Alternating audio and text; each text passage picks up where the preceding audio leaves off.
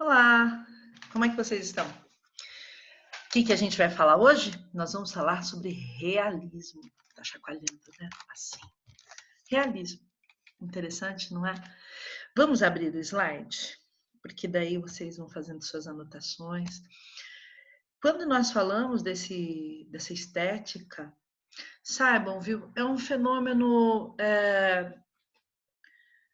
muito importante, significativo, mas que tem o seu epicentro na França e que é caracterizado pelo encontro de algumas mentes com um viés político contrário a tudo aquilo que se praticava a partir da Revolução Francesa e do esquecimento do povo. Então, eles vão revelar de uma maneira bastante cáustica a hipocrisia do discurso que tinha movimentado a Revolução, de igualdade, de fraternidade, sabe? E de liberdade, porque não é livre aquele que passa fome, não é livre. A liberdade não é simplesmente ir e vir, não é? A liberdade não é só a liberdade do livre pensamento.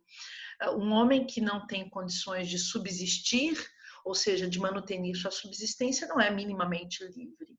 Então, nós teremos alguns pensadores e alguns artistas que se pautarão nisso. Todo esse movimento social, como vocês sabem, de trazer à tona a voz popular, começa na Inglaterra, com Ned Ludd, quando sim destroem uma fábrica de meias, porque os operários se sentiam muito oprimidos. E depois nós vamos ter a Comuna de Paris e textos como de Karl Marx e Engels que vão, junto de um positivismo e do Proudhon, que tem críticas imensas à religião, à altura, tentar estruturar algo que conformasse, mas não no sentido de conformar, de aceitar, mas de dar forma, de conformar efetivamente a necessidade popular, ao discurso do povo. Quando se fala em pintura, 3 nomes precisam ser conhecidos. Quando se fala em arte, 3 nomes precisam ser conhecidos. Especialmente Gustave Courbet, Millet e Daumier. Esses 3 vão ser os carros fortes de todo esse pensamento. Agora, o que eu queria que vocês tivessem cuidado? Porque enquanto Gustave vai agir de uma maneira realista, nós ainda temos produções muito interessantes de alguns românticos. E teremos simultaneamente ao Gustave, olha só que curioso, parnasianos, e aqui e acolá alguns com uma tendência que a posteriori nós vamos rotular como impressionistas. O Gustavo ele tem um número pequeno de obras que leva a essa percepção política, mas ele sempre disse em seu discurso: se querem que eu pinte um anjo, me mostram. Se quer que eu pinte um anjo, me mostram, sabe? Ele não queria a idealização da realidade como os românticos fazem. Inclusive, vocês vão perceber até o perfil feminino, a beleza feminina, que sempre nos interessa muito, diferenciado, mais opulenta, mais de verdade, sabe? A mulher do trabalho, a mulher da lida. Então, é muito interessante. Em termos de datação, tomem cuidado. Os livros vão falar em 1850, mas Enterro em Ornans, por exemplo, do Gustavo, é de 1849. Também é importante saber que eles vão trabalhar aqui como se fosse uma fotografia. Sim, eles têm uma capacidade pictórica incrível. Mesmo quando lançam mão de pinceladas mais soltas, mais avulsas, fazem tudo com muito cuidado. Eu começo com Os Quebradores de Pedra, que é de 1849, do Gustave Courbet, já para provocar esse lugar de discussão que ele queria. Quando nós vimos em primeiro plano, em tamanho épico, ou seja, em tamanho natural, porque é uma pintura, a gente dá uma olhada, a base tem 8 pés, 8 vezes 33, e de altura 5 vezes 33, é enorme, né? Um tamanho natural, um velho quebrando pedra, um velho, né? Velho não pelas nossas medidas, não é a nossa régua. A altura, e você vai ver que a mão está com a pele toda encarquilhada, o rosto já está muito cansado, o próprio corpo dele, você percebe que já está desgastado por um trabalho que ele realizou há quanto tempo? A vida inteira. E é por isso que se coloca à esquerda, esse menino, como que sobe, como quem começa a vida, ir carregando pedra, e termina como? Quebrando pedra. Então você tem quase que uma parábola que ascende e descende, né? Mostrando esse ciclo terrível da vida daqueles que não podem sonhar, né, que sequer talvez tenha o discernimento que existe um sonho. E esta postura é incrível, porque quando ele vai mostrar isso para os acadêmicos da altura, os críticos, especialmente dos salões oficiais, é um escândalo, ninguém queria ver. É o tipo de realidade que todo mundo quer colocar para debaixo do tapete, mas não é porque não se vê que não existe, e é por isso que ele diz que não vai pintar anjos, e é por isso que ele se prostra assustado diante da realidade. Ele sim, ele inclusive vai trabalhar dentro da mesma linha de Zola que fala, eu acuso, já acuse. Né? E que vai mostrar também, às vezes, a questão do sexo, do sexual, como resposta ao surgimento do próprio mundo. Eu tenho alguns filtros na hora que elaboro as minhas aulas, mas acho muito interessante vocês pesquisarem o autorretrato e se acharem confortável a origem do mundo, que é um nu frontal. Eu não quis colocar na aula por motivos óbvios, para não ter nenhuma discussão extra, mas já estou comentando que, se quiserem perseguir o trabalho mais profundo, vão ver que ele é de uma carga efetivamente determinista e não criacionista. Em nome desse determinismo e dessa crítica às questões religiosas, ele pega um enterro. E esse enterro é brutal, porque quando chegamos próximos até ela, disse, eu nunca estive ao pé dela, que você tem a sensação que aquela cova é sua. Não é uma cova necessariamente rasa, são 7 palmos, mas é o que te sobra da vida. E se vocês observarem nesse enterro, nós temos pessoas muito suntuosamente vestidas, o que mostra que um pobre e um rico vão para o mesmo lugar. E é essa ironia extremamente crítica que ele propõe. Ele faz mais, inclusive, coloca bem próximo ali a cova um cão, que talvez fosse de todos o mais fiel, mas que também nos animaliza, criando um eixo comparatório. E, por fim, pessoas à sua direita, em especial, que com seus lenços tapam o rosto. A propósito, não estão chorando. Não, muita gente pensa que sim, mas já foi feita uma análise muito próxima e que vê que eles tapam o rosto em virtude do cheiro. Sim, naquela altura não havia tanatopraxia como hoje, talvez até houvesse, mas não era algo que se tinha interesse, então os corpos fedem. E é para mostrar essa nossa finitude. Nesse sentido, os religiosos à sua esquerda e aquele crucifixo, madeiro, caem como algo muito primitivo, como um totem que não tem resposta. Sim, essas pessoas elas tendem ao niilismo, ao ceticismo e, por assim dizer, ao ateísmo, porque vão dar vazão a um discurso materialista. Independente de você gostar ou não, você precisa entender o que eles projetavam nesse momento. Então, nós temos ali efetivamente a ideia da redução do homem à matéria. É muito chocante e ele disse ao mesmo tempo, quando pintou, que ali estava sendo enterrado o próprio romantismo. Se já havia as designações da altura? Sim. Queria que vocês vissem a pincelada, porque é muito interessante, mesmo quando ela aparentemente é mais solta, como nessa touca que nós temos na senhora à sua esquerda, à direita também há umas pinceladas mais soltas na touca. Você percebe que ele alcança um realismo fotográfico. Ele de maneira alguma maqueia para mostrar uma mulher mais jovem ou mais bela. As pessoas são como são. E esse realismo fotográfico faz parte de todo um projeto pictórico de Gustave Courbet. Aqui nós temos um autorretrato em que ele se prostra muito assustado diante do mundo a que faz parte, a que pertence. E por que esse susto? Por que esta comoção? Porque ele desacredita da própria humanidade. O niilismo chega a tal ponto que nós vamos perceber na pintura o próprio discurso schopenhaueriano de um pessimismo bastante importante, que nós encontramos paralelo no Brasil na literatura machadiana, não é? Quando nós temos, por exemplo, em Brás Cubas, a ideia de que não tive filhos, não deixei a ninguém o legado da nossa miséria.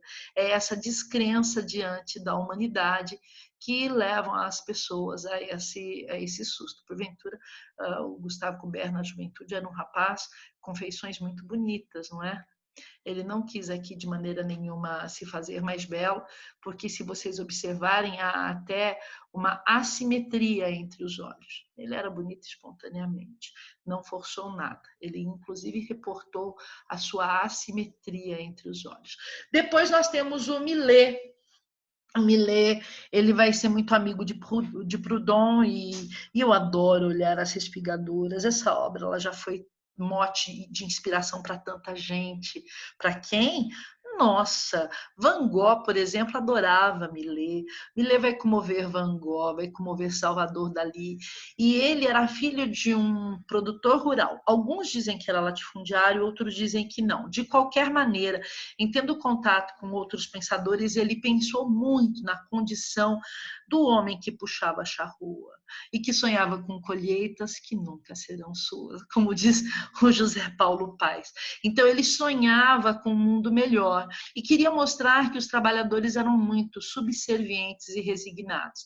Em nome disso, colocavam sempre com o trabalho, ele pintava sempre todos esses trabalhadores com o trabalho realizado. Se vocês olharem o campo, as respigadoras já trabalharam todo o espaço, né? Estão ainda retirando ali as últimas coisinhas, já com capricho absurdo, e todas elas curvadas. Banksy, que a gente sabe que não temos muita certeza de quem é, mas é um grande grafiteiro contemporâneo de natureza inglesa, ele recortou essa moça que está à sua margem à direita. Ele fez uma fototela bem interessante. Recortou ela daqui e depois a pintou numa outra conformação, sentada na borda, fumando um cigarro, como quem está dando um tempo para si mesmo. Muita gente já trabalhou com isso. Eu gosto bastante da luz do Millet. O Millet ele teve um primeiro momento da criação dele romântica, depois ele abre mão do romantismo para seguir o realismo, e ele disse que ia transformar o trivial em sublime, e ele consegue. E quem é bom romântico gosta muito de trabalhar a luz. Eles acreditam, inclusive, que os grandes iluministas conseguem sensibilizar, trazer à tona o sublime por meio da luminosidade, como se fosse uma revelação espiritual. O luminismo de lumen, de luz, é uma tendência que tem muita força nos Estados Unidos. Os estadunidenses adoravam o luminismo, e ele, de alguma maneira, é bem verdade que o luminismo estadunidense é um pouquinho posterior. Aqui no romantismo já surgia um pouco, e ele vai capturar isso do romantismo e vai conservar no realismo, com uma luz muito interessante. A obra mais famosa dele é Ângelus, é essa aqui, e aí fica evidente que tem um sininho lá na igrejinha, na torrezinha, lá no ponto de fuga, tá se pondo o dia, é o ocaso, e nessa hora eles do crepúsculo, o ocaso é o pôr do sol. Eles agradecem o dia de trabalho. Agradecer a quê? Né? Com uma ironia. O que você agradece se você fez tudo? Né? Então, há alguns que mostram, são colhedores de batata, dizem que influenciaram Vincent para fazer o colhedor de batata. E sim, Salvador Dalí também, tem sacos de batata nesse carrinho atrás da moça. Vocês estão vendo a forquilha aqui, o instrumento de trabalho do rapaz, como quem diz, ele poderia se rebelar. Sim, o instrumento de trabalho é sempre uma tendência de natureza até comunista, por assim dizer, de revoluções, não é? Há batatas por todo o pé, quer dizer, trabalharam demasiado. Existe uma pesquisa, entretanto, isso é uma curiosidade, não é para ser uma preocupação, se haveria, porque foi uma tela encomendada, que depois não foi comprada, e ele teve que reformar colocando a igreja ao fundo, se haveria no pé dos dois um formato de um caixão, como se os dois chorassem a morte de uma criança. Mas nunca ficou nada constatado e, enfim, o Ângelus veio com esse discurso muito, muito interessante daqueles que oram. O rapaz com o chapéu na mão e a mulher cruzando os dedos para conter o ego pessoal, né? A mão é poder, então contém. Muito interessante de se pensar. Agora sim, nós vamos a Daumier. Daumier fazia muita charge para jornal quando não tinha fotografia. Aqui é falando de um crime na rua Transnonain. Gente, foi terrível. Entraram na casa, mataram o velhote, mataram o pai, mataram o bebê e mataram a mulher. E esse crime tem várias narrativas, porque uma delas envolve o governo e na outra, para tentar dissimular a presença violenta do governo, falam num provável amante. Então, na realidade, a sensação que se dá é que a verdade do crime da Rua Transnonain não era interessante ser revelada, especialmente para o governo que usou de uma força autoritária contra o povo. É de 1834 e vale a pena vocês investigarem. Outra charge bonitinha, também voltado para a fotografia, é o Nadar. O Nadar fotografou Paris inteiro lá de cima num balão, olha que graça. E era tão ousado e era tão inovador que no período do impressionismo foi ele que emprestou o seu ateliê, o seu espaço, o seu estúdio, para que os meninos fizessem a primeira exposição. Então, estão todos eles muito próximos. Ó. Vocês estão vendo em 1862, Manet já pinta muito em Paris e já provoca bastante escândalo. E nós vamos ficar com esses três e, para fechar, a mais forte de Daumier, que é efetivamente essa terceira classe. É muito comum nós, quando temos uma pintura social, pensarmos num trem e observar através da divisão dos vagões quem é que pode mais e quem é que pode menos. Na terceira classe vão as pessoas pobres. Porventura, Daumier colocou ali algumas pessoas num banco de lá, mais bem vestidas, com cartola, exatamente para provocar essa discussão de como esses que não têm, essas pessoas não têm sequer uma roupa decente, não tem nada, a única coisa que eles têm são os filhos, então daí vem o nome proletário, porque eles só têm a prole. Olha que triste isso, né? Os filhos, para colocar os filhos para trabalhar, é muito triste. Então, essa terceira classe é essa classe mais vulnerável. E ele faz dessa maneira. Tarsila do Amaral aqui no Brasil, na fase social, depois do movimento pau-brasil e do antropofágico, tem uma classe social quando vem a quebra da Bolsa, e ela tem um quadro muito famoso chamado Segunda Classe. Também é inspirado nessa ideia do trem. Mas isso já era uma pegada desde o marxismo. E, com certeza, Tarsila foi influenciada por tal. Gente, um beijo, um queijo. Fiquem bem. E até a próxima.